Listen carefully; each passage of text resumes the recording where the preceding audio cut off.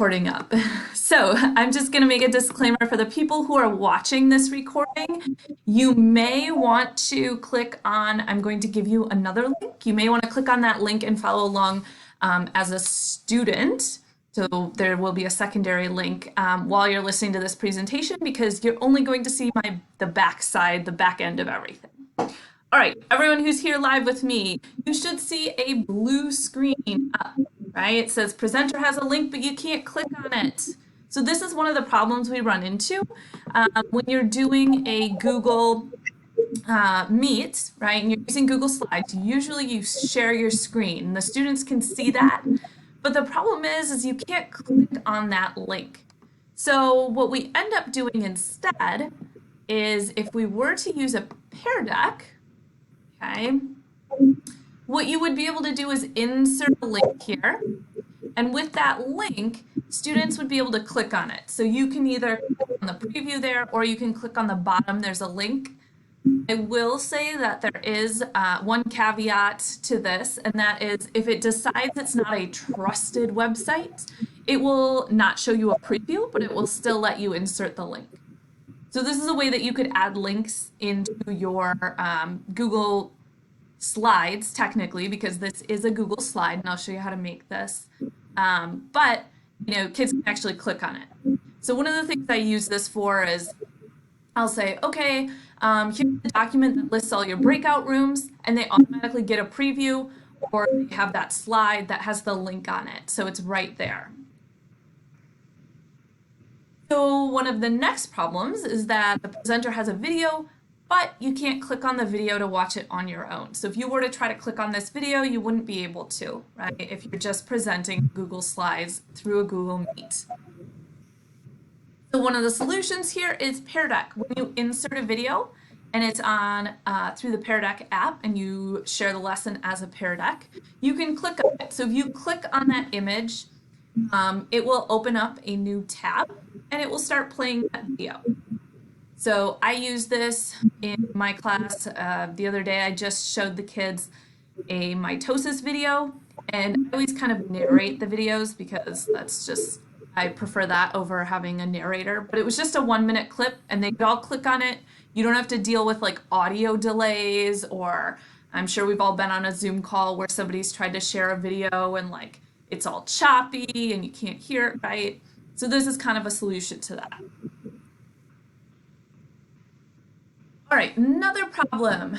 Viewers have to open a new window and type in a web address to answer a poll. So, for example, you might ask students, how are you feeling today? And they have to go to Menti, or they have to go to Poll Everywhere, or you know, any other number of those poll sites. So rather than doing that, you can actually embed a poll right into Pear Deck. So if you want to do me a favor right now, what you can do on there is you can choose an answer. Okay, so go ahead and choose an answer that tells me how you're feeling. If you're watching the recording, you will see my back end of things here because I'm recording my screen. So right now I can see I've got 5 people who are happy, 1 person who's overwhelmed, 1 person who's anxious, right? And I could also share those results out with you as well. So if I wanted to, I could go into, you know, my Google Meets and I could hit present and I could share the pie chart or the bar chart with you of the responses. All right.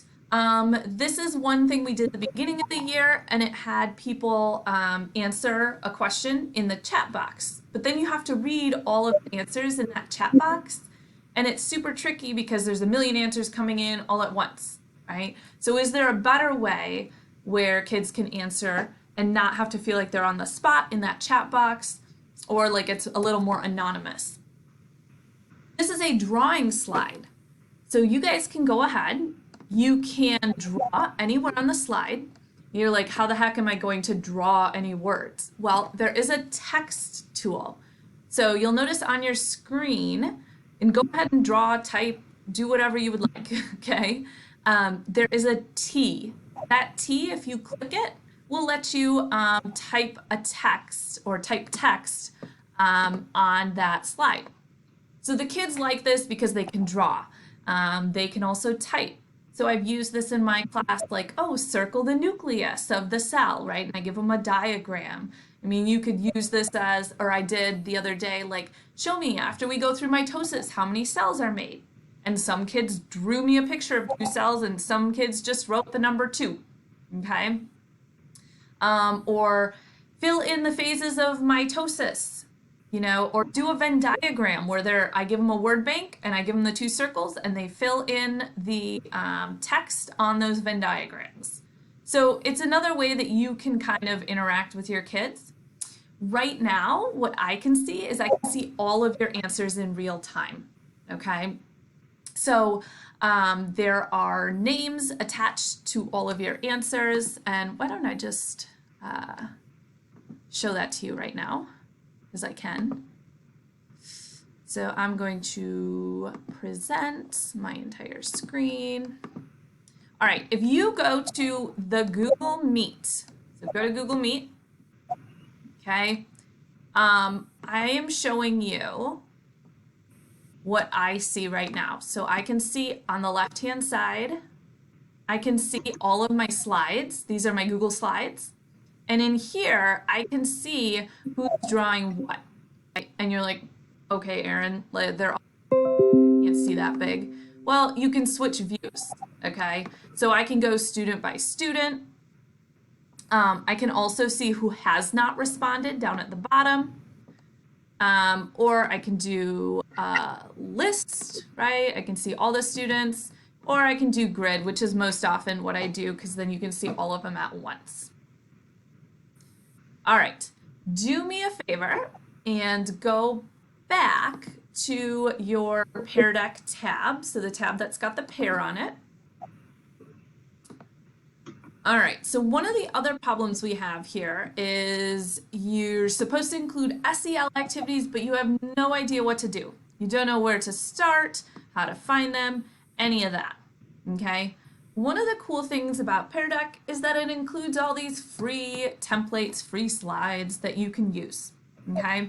Here is one. I did not make this, but it's an example of one. So again, this is a drawing slide.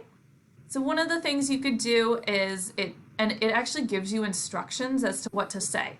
So you say, oh, what's filling your bucket? What is giving you energy and making you feel good today? What is draining your bucket?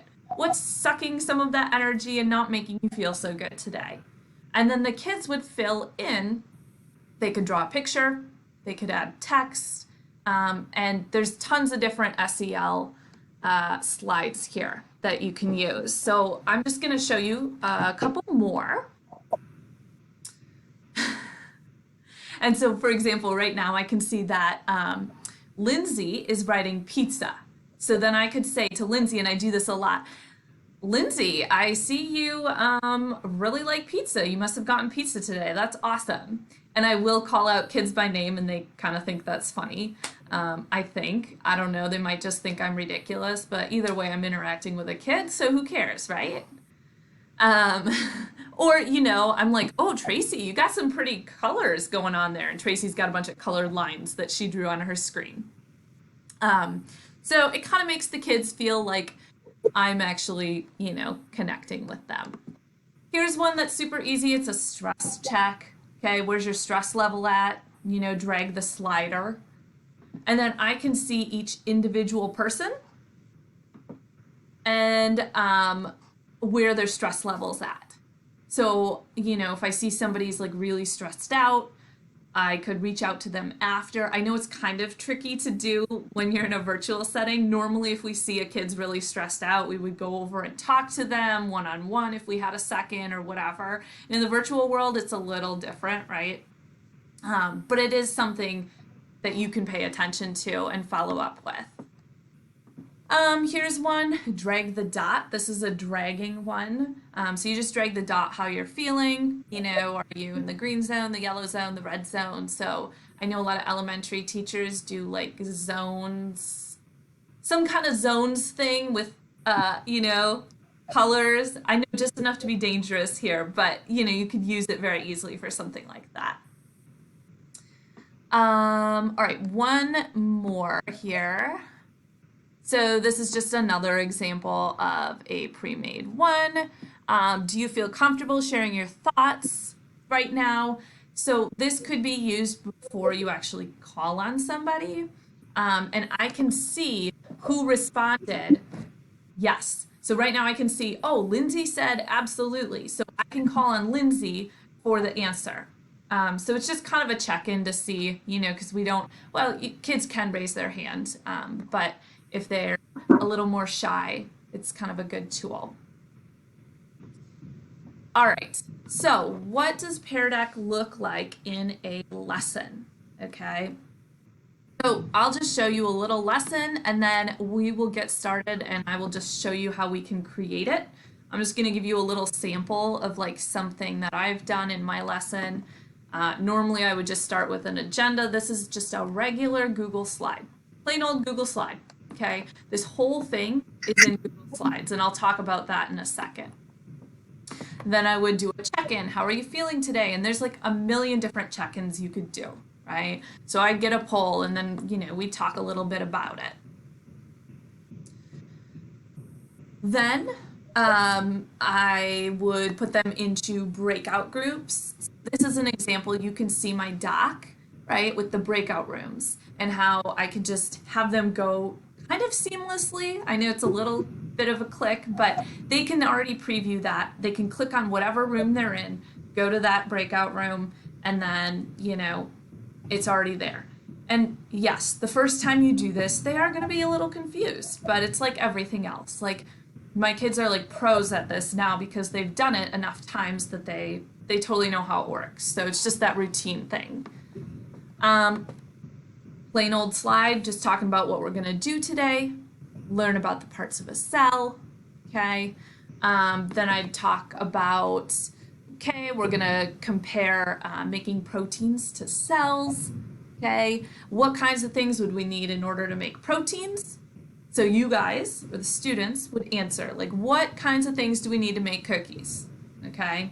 So you'd type in that box and I would get, oven and oven mitt and sugar and butter and flour, right? And I can see all these responses coming in, right?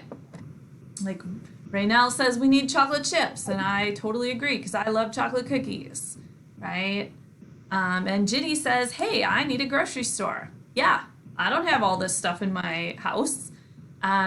So we would talk about that. Then I would have another just plain old slide. Okay, let's write this definition down, in our notebook. Do you have your notebook out? And then I'd say, all right, so we talked about what an organelle does. An organelle is part of the cell. Can you name one of the organelles, okay, in a cell? Use the picture below. And this is just a okay, you can just find an answer right in that picture there. But the cool thing is they have to actually interact. They're not just zoning out, right? So even though it's like a super give me answer, it forces them to think or change just a little bit so that they're processing.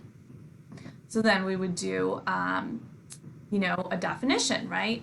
DNA or chromosomes have information on how to make proteins. So I'd say write this down, okay? And then, chromosomes look like X's, and they're in the nucleus. Can you draw some X's in the nucleus? So now, again, normally in class, I would have them color the parts of the cell, right? But I can't really have them do coloring. I could have them color it on here, but I can have them do a little bit by drawing these X's in, okay?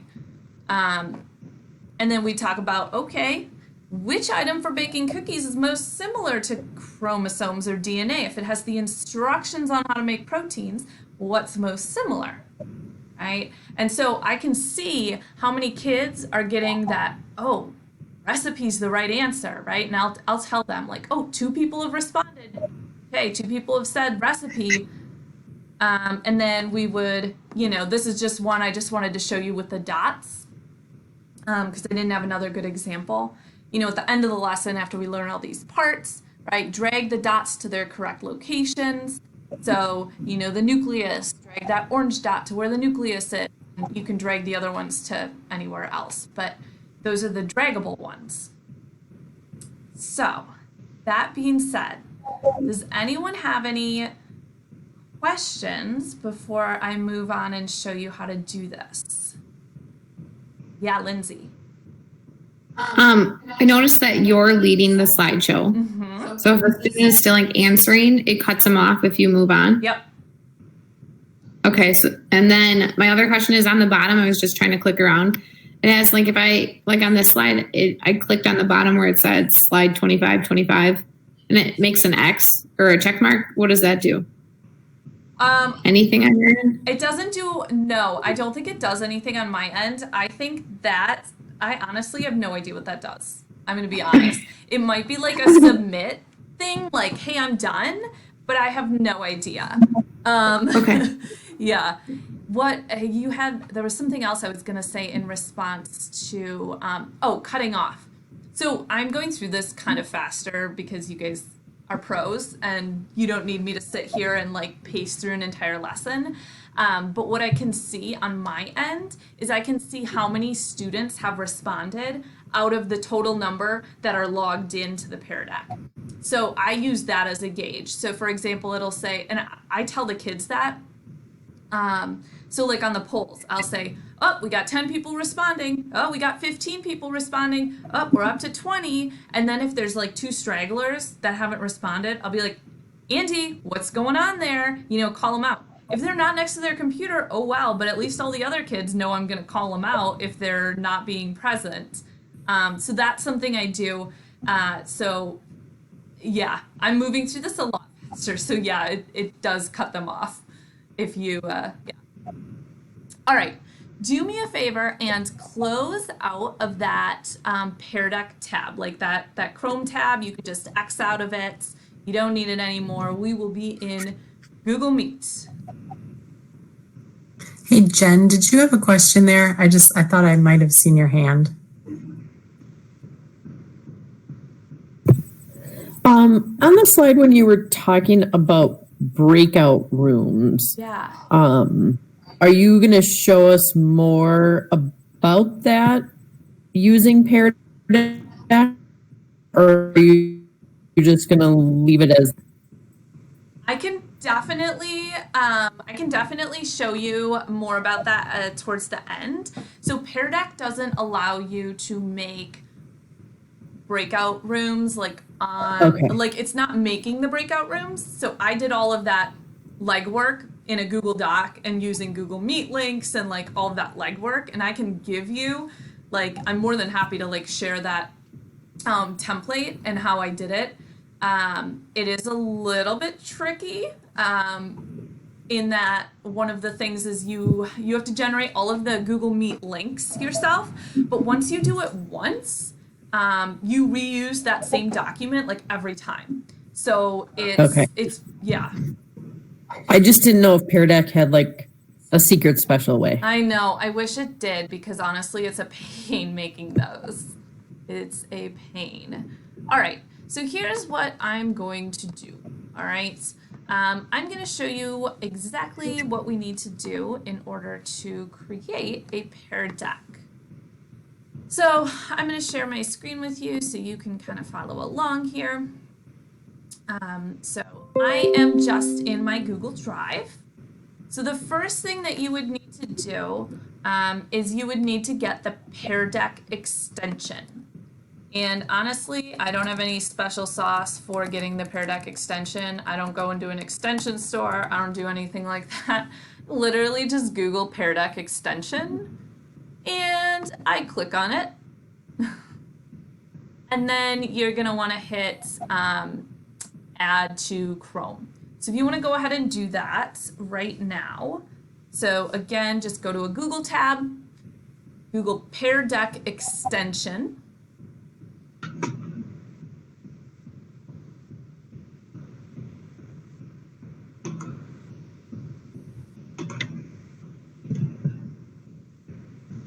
And and then hit the Add to Chrome button.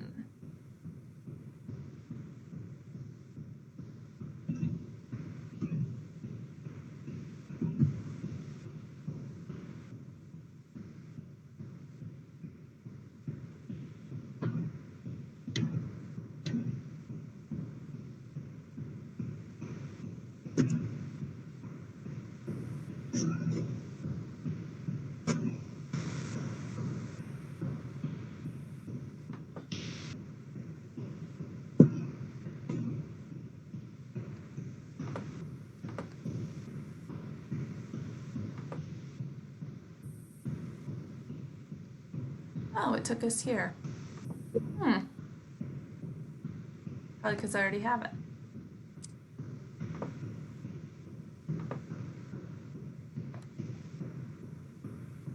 All right, so once we have that done, all we have to do is go into our Google Drive. And what I typically end up doing is going in and do File, New. If you already have a Google Slides, you can use Pear Deck with Google Slides. That totally works. So you can make a new Google slideshow, or you have the option of New Pear Deck. And if you don't have Pear Deck yet, if you don't see that as an option, it might become an option after we enable it on our add-ons here. All right, so I have a presentation. Okay, here's how we get Pear Deck to work. Okay, we're gonna go on to add-ons up at the top. And then do you guys have Pear Deck listed there? You give me a nod. Nope. Okay, perfect. So you're gonna go click Get Add-ons. We're gonna go ahead and click that.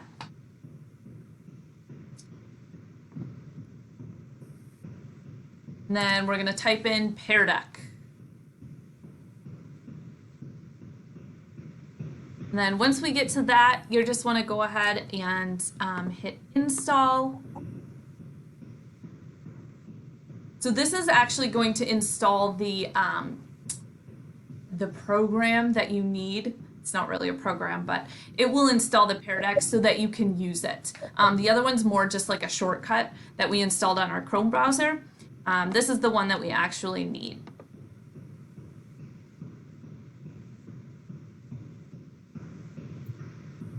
Erin, I'm a little behind. What did you put in up there in Google Suite, So G Suite Marketplace? I'm on a Google Slide presentation. Do you have a Google Slide presentation open? Yes. Yep. Okay, so go to add-ons. There's an add-on. Okay. And then get add-ons. Get add-ons. Yep. And then in the search bar there, you'll just type in Pear Deck. And full disclosure, I always type Pear Deck wrong. I type it as one word and it's technically two, so I'm just gonna own that because all of mine are titled Pear Deck as one word. So, all right, once you have that installed, okay, we can X out of that. Don't need it anymore. And now when we go to this add-on button, we should have Pear Deck. So if you go to add-ons, it should say Pear Deck, and then you can click Open Pear Deck Add-on. We'll need assistance doing that. All right. Everyone see, agree, like a Pear Deck menu on the right-hand side that popped up after you click that? Yes. All right. So this is literally all it is. You've got a Google slide, okay? And then your little Pear Deck menu is on the right, okay?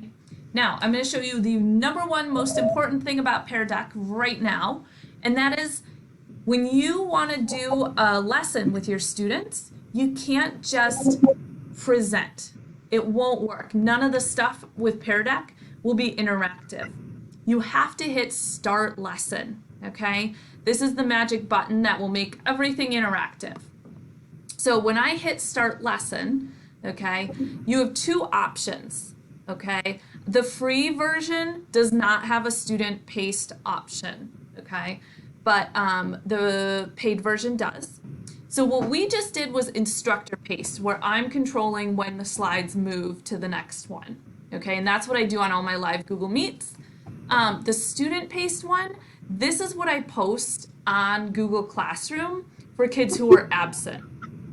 So basically, you know, if you wanted the kids to go through an activity on their own, like I've made a lab activity in kind of like a worksheet that I broke down into Google Slides.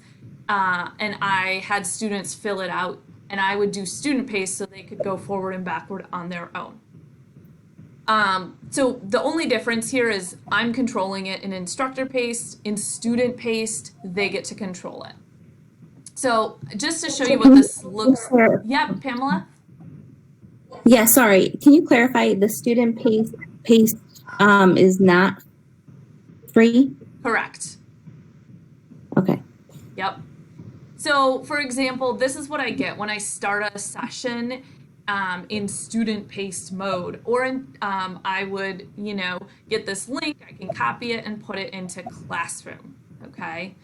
If I start it and it's in instructor mode, like how we just did, what I end up getting is a bigger screen with a join code, if it will launch here. It's taking forever. So similar to like Kahoot or any other thing like that, they could go to joinpd.com and type in these letters, which would be totally great if you were in a classroom using a projector. But in the virtual world, I don't know that it's, sure, you could present this on a Google Meet. I just give the kids a link. So I click give the kids a link, okay? The other thing I will say that is not free in the free version is this teacher dashboard. So the free version, you can still see, get kids feedback. The thing with the teacher dashboard is that it will tell you the names of all of the students who are responding. So that's pretty valuable. And my slide is blank, but you would normally be able to see all of the responses. The difference is with the teacher dashboard, there are names attached to the responses, so you can see who answered what. All right, so let's go ahead and make something. So we're gonna start with a question. So I'm gonna type in, how are you feeling? You can pick whatever question you want. You can just type that. You could type, what's your favorite color? What's the weather out today? Whatever you would like. Once I type this in, I'm going to go over to the right-hand menu. And on the right-hand side, you'll see text, okay? If I click the text button, it means students are going to be answering using text, okay? It's like an open-ended question. Now, if you'll notice on my screen, it looks like nothing happened. This is exactly how it's supposed to be, okay? It appears like nothing happened, although we have this gray Pear Deck thing at the bottom of the slide with this pear. What that's telling you is that, okay, this is gonna be interactive once we actually, you know, present the lesson. So it's a little misleading, okay? Because it looks like, oh, it can't be fill in the text, right? But it is. And in the beginning, when I was learning this, what I did a ton is I would just, to check, I would just start a lesson. So I would go in here, I would hit start lesson just so I could see what the students were seeing or would be seeing, because I didn't trust just doing that. So if we launch the student session, you'll notice that this how are you feeling actually does have an answer box next to it. It doesn't actually look like the student session because I didn't copy this link. I'm still on the teacher dashboard. If I would copy that link and then put it in, then I could see what the kids would see. So I did this a lot when I was still figuring out stuff because it seems a little counterintuitive. All right, so let's go back to our question slide. If we want to make it multiple choice, okay, here's what we do. We click on choice, all right? You can only choose one thing per slide. So if we have it as like short answer text, if we picked text, and now we pick choice, choice will override it. So when you click choice, you'll get different options. So I could go ahead and put happy, sad, angry, and you can put as many options as you want. A lot of times I'll put a picture of different emotions, and then I'll put all of the different descriptors as choices. Now when I hit update slide, okay, you can actually see at the bottom here that it actually has my options. So that's one way that you can tell, and it'll tell you this is multiple choice. All right, if we do the number, okay, so the number, that just has them enter a number. It's similar to just short answer. So that would be used more in math. Website, pretty self-explanatory. You just copy and paste a website in here. Again, it says all sites must have HTTPS to ensure that student data remains private and safe. So if you enter in like a website, and I don't know, I can just try one like Wikipedia, right? I have no idea if they think Wikipedia is safe. But if I go ahead and put it in here, oh, it does give me a preview. If it doesn't give you the preview, it says it's not technically safe, which is fine. You can still embed it. It just won't show a preview of the site. Again, if I hit update, it's not going to show me anything really except this link at the bottom. The other two options that are not available in the premium or in the free version, sorry, are draw. So the drawing one that you guys did is not available in the premium version. Again, you're not going to see anything except just this gray bar on the bottom. And then the draggable, the dots one, that's not available in the free version. So that's kind of how you build it. And again, when you want to start the lesson, you would hit start lesson. They also have quite a few templates here. So this big blue that says our template library on the right-hand side, you can click on that. They have them categorized by beginning of lesson, during lesson, end of lesson. They have different subjects like world languages, social studies, science, math, all that stuff. So you can go ahead and click, and if you want to insert it, you just click on it and it automatically adds it to your slide. Those are super nice. So I'm going to let you guys play a little bit and answer some questions. So what questions do you guys have for me about how any of this works?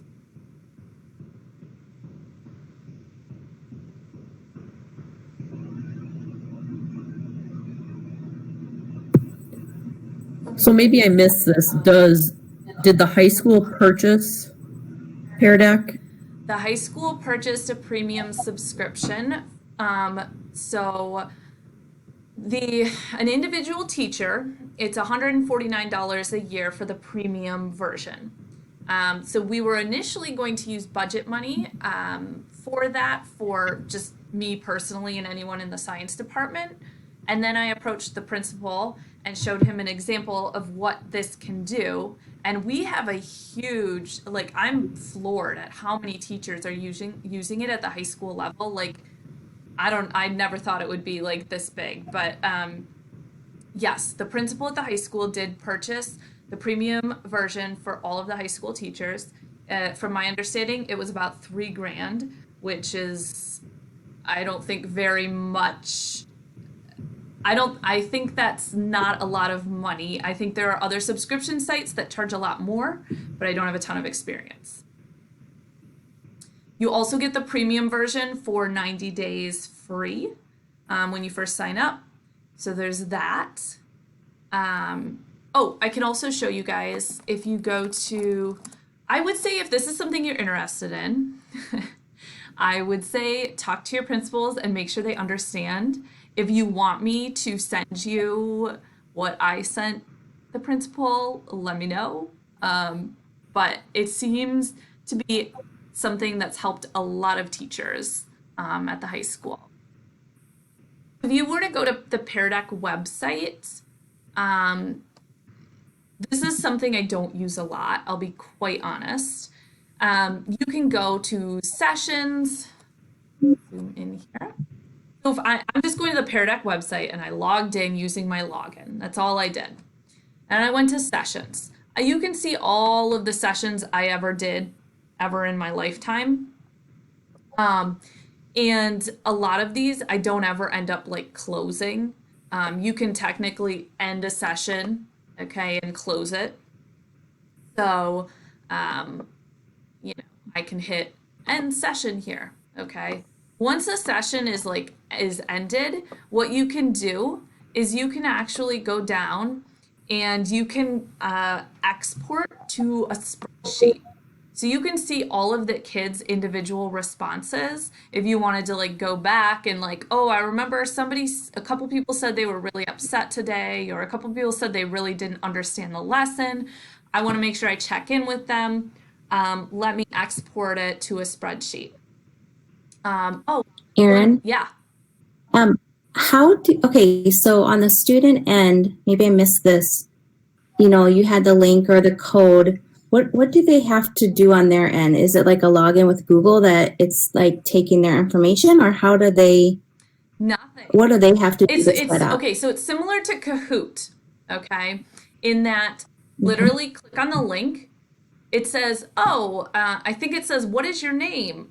Or actually, I don't even think it says their name. It automatically retrieves their name. They just click on that link. Because remember when you clicked on my link, what did you have to do? Nothing, right? They just click on the link. That's literally it. Is it storing like on your dashboard? Do you see the kid's first and last name, like so you know exactly who it is? Yes. So I believe it, I wonder how it gets their name. Maybe through Google? I have no idea how it gets their, I think maybe yeah, no idea. No idea, but it says their names. Cool. Sorry, But it only says their name if it's the premium version. Yes, it says their name for the premium version. That is correct. So if it's not the premium version and I see that somebody has, you know, clicked that they're feeling super down, if I don't have the premium version, I'm not going to know who to go back to. That is my understanding. I will look at the wording once more here, but that was my understanding. We'll pull up this, the comparison here. All right, so we're looking at two left-hand columns here. Yeah, teacher dashboard, it's only in the premium version. View and highlight responses by name with the teacher dashboard. The student paced mode, that's in the premium. Draggable and drawing, that's in premium.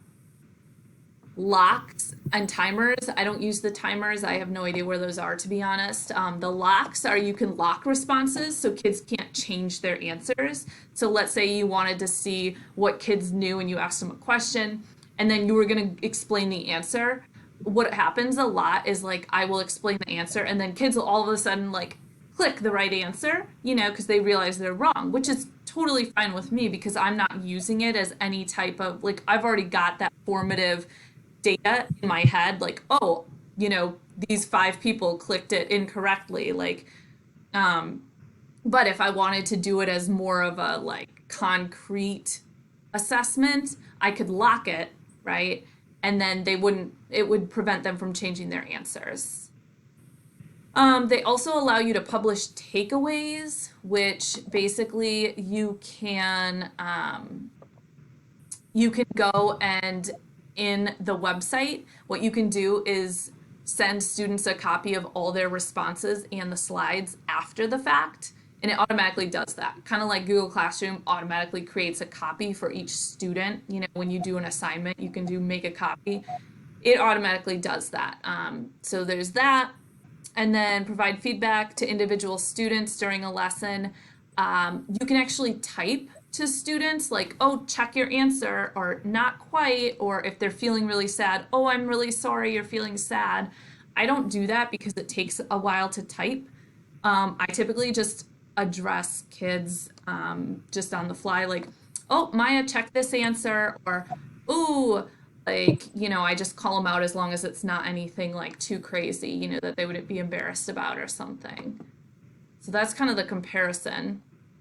Sorry, I didn't have a good spreadsheet to show you. The one I showed you was blank. But I was trying to figure out, here, I can do this one. Yeah, you'll just see all the questions and all of the student names. I believe this is one that was actually done here. So if you wanted to, and this is also a good tool, like if you had, let's say a parent complains and says, oh, well, like Jimmy says he's been doing all the work and he's failing your class. Like, why is this happening? And you can go on and say like, oh, well, little Jimmy didn't answer any of the questions on the Pear Deck slides. So I don't know what Jimmy was doing, but he clearly was not paying attention. So this is an example of like the spreadsheet that you can get, and it tells you their name and their email and how they're feeling. It does not tell you their drawings. So if a kid like drew something inappropriate, you would not have a record of that because it doesn't record their drawings. But it records like other stuff in terms of, these are dot ones, so it's recording positions of dots, so that's a little unhelpful, but you can see the poll ones, you can see the short answer ones, that kind of thing, or the multiple choice ones too. All right, what else you got for me?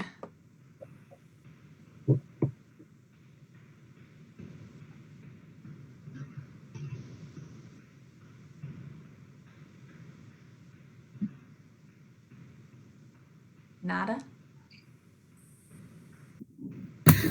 I have one question. So if I create a Google slide using Pear Deck, but then I'm sharing it with a colleague who doesn't use Pear Deck or doesn't have that, does it just look like a set of Google slides for them? Or does it, kind of mess with the formatting? Ooh, it won't mess with the formatting. They will still see all the same stuff, so they'll still see like the slide with the Pear Deck and stuff. If they don't have Pear Deck, the add-on, they just won't be able to start the lesson or like edit. They wouldn't be able to create new slides that were interactive, but they'll still be able to see all of this. So I have like colleagues who share Pear Decks with me, and I can literally copy an interactive Pear Deck slide from theirs to mine, and that's fine. But yeah, you can share it with people who don't have Pear Deck, and they'll still see everything. They just won't be able to start the lesson, basically. It's a good question.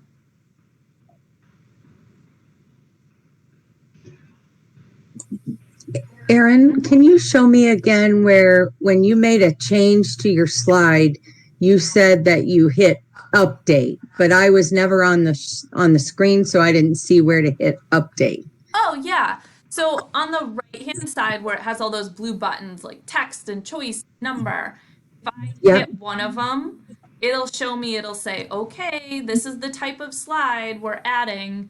Oh, usually it shows me that, but it didn't there.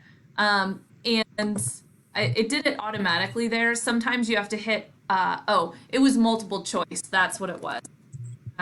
It Oh, I see. But some of them don't. Some of them do it automatically and some of them don't. So then you just hit update slide. And if you decide like, oh man, like I really wanted some extra choices here, I messed up a choice, you just hit the choice button again and it already has your things saved in here and you can just add another one. And I think that's why it has update, because it kind of like saves your choices.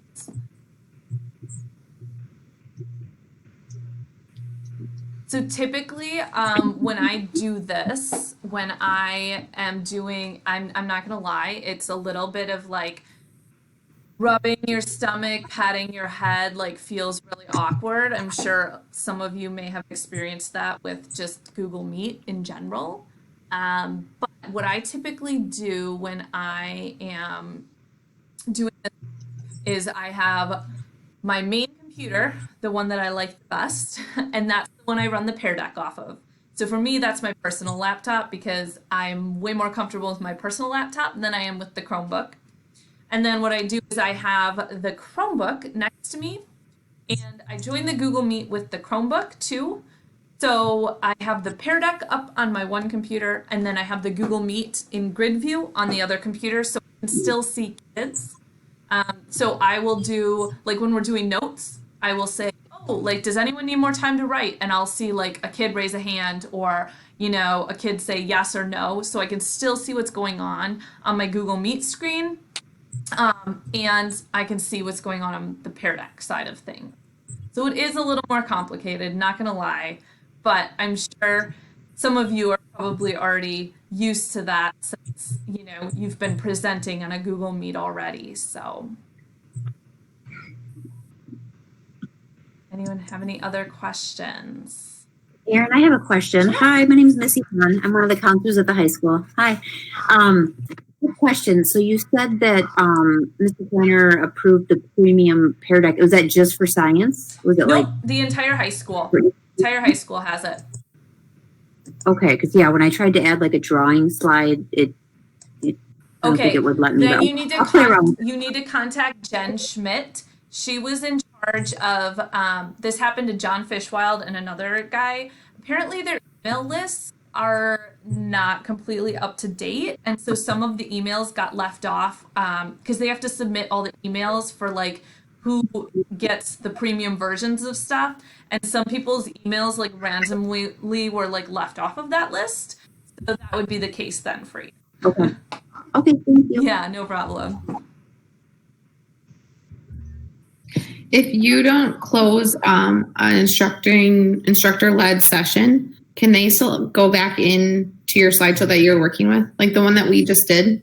Sure. Is that still open? Yes, they would have to remember the link, first of all. So, yes. And second of all, they would be stuck on whatever slide I closed it out on. They wouldn't be able to go forward or backward. Okay. Pam, what's the chances of elementary getting this? I don't know. That is not up to me. And I guess my question is it compatible with Seesaw? Because that's your big mode of delivery, right? Yeah, Not I mean, only. I could see this like in a synchronous class, like synchronously. This would be great because kids would be interactive. It would be, where Seesaw is more their asynchronous work. Mm-hmm. Yeah, this is definitely like a synchronous thing. Like, I don't know that I would use this really asynchronously, but it's also really great because I've gotten some feedback from students and like teachers who have high school students, and they say like, oh yeah, he was reviewing a Pear Deck on his own. So for the kids that are like absent, you can do, if you have the premium version, you can do the student pace, which is what I do. So they still have to answer all the questions, and then I always say, hey, like, after you go through all the slides, like, let me know and I'll change your attendance. And I can go back in and look at that report. Do I ever? No. I just take their word for it. Don't tell the kids that. But you can go back in and double check that they answered all of the things. You could see their answers. And then it's kind of like a good double check. And then I go in and, submit the attendance form if they were absent. So. It reminds me of a program a few years ago. I think when Don Goltz was teaching, we did it on the iPods. It was a long time ago. Yeah. But it was math or whatever, and they were able to, do the problem, and then she could see quickly, who was getting it, who did not. And so it was a great check-in. Yeah, absolutely. Yeah, this is definitely like more suited for, I feel like, for synchronous, and it's just been like so valuable. The other thing I can get from this is like, who are my kids who are the ones that are like getting their work done? Like, I've been able to figure out like, oh, these are the kids that need like a little bit more time to answer. Yes. Yeah, I'll answer that. Thanks. These are the kids that like are eager to answer things right away and don't really read the directions because they're the ones that will click an answer before I even explain what's on the slide. There are kids who frequently get things wrong, so I can check in with them about that. And then there are the kids that, um, take a little bit longer and a little more thoughtful. There's the kids that are checking out, they don't have their cameras on all the time. How are we supposed to know? So, like, I can get a ton of information from this that I wouldn't normally be able to get in just a regular, like, I feel a regular, like, Google Meet. So, Do you think it'd even be worth it for the free version? yes. Yeah, 100%. I mean, I think it's valuable just to even like, I mean, think about it. Instead of, and I think a lot of you are like, probably a lot of you are elementary and middle, but like, if you're talking about a concept and you want to do a check-in, like, what's the best way to do that without having to send your kids on a goose hunt on the internet by themselves to click different things? Like, it's all right here. Like, let's say you want to do notes or you have a slideshow that's, or you're telling a story that's on Google Slides and then you want to do a check-in. Like, what do you think is going to happen next? Who was the main character? Like, the multiple choice ones are still there. The short answer ones are still there. And at least I guess my big yeah. thing is though, you can use it, but you don't know who's responding that way. So that's Sure. the part where I can see where, yes, it would be beneficial in an interactive sort of way, but it's not going to give me as a teacher any specific kid information. It would give me general class information, Correct. I guess. Correct. It wouldn't be able to give you that specific kid interaction or kid response, but it would be able to give you, yeah, the general temperature of the class. So yeah. And I guess like you would have other assignments that would be able to hopefully, tell you specific kid feedback. But yeah, you're correct on that. Jenny, what if you told them that they needed to put their name first? Or at the end of their answer, put their initials? I like it. That's what we have to do on Padlet. You are, Yeah. right now, you are a genius. Well, I was thinking with my little ones, it would be easy just to put your initials Yeah. and go from there. We had a colleague share with us this week something that she created on Pear Deck, and I pulled it up, and it's pretty cool. And whatever she did, she must have done it through the free version, and it's a SEL thing. And I didn't know what it was like before, but now that I have Pear Deck, I can see it working. So it's pretty cool. Yeah. Yeah, that's a great idea. I love the name thing. That wouldn't work with multiple choice, but I mean, a workaround could be you just have them do free answer, short answer, and you put the multiple choice options on that slide. Because the slide, you're already going to write the question. You could just put the multiple choice options there, and then they just have to type in the letter A, B, C, D, or the actual word. It would be like you gave them a word bank and they would choose the answer from that. So.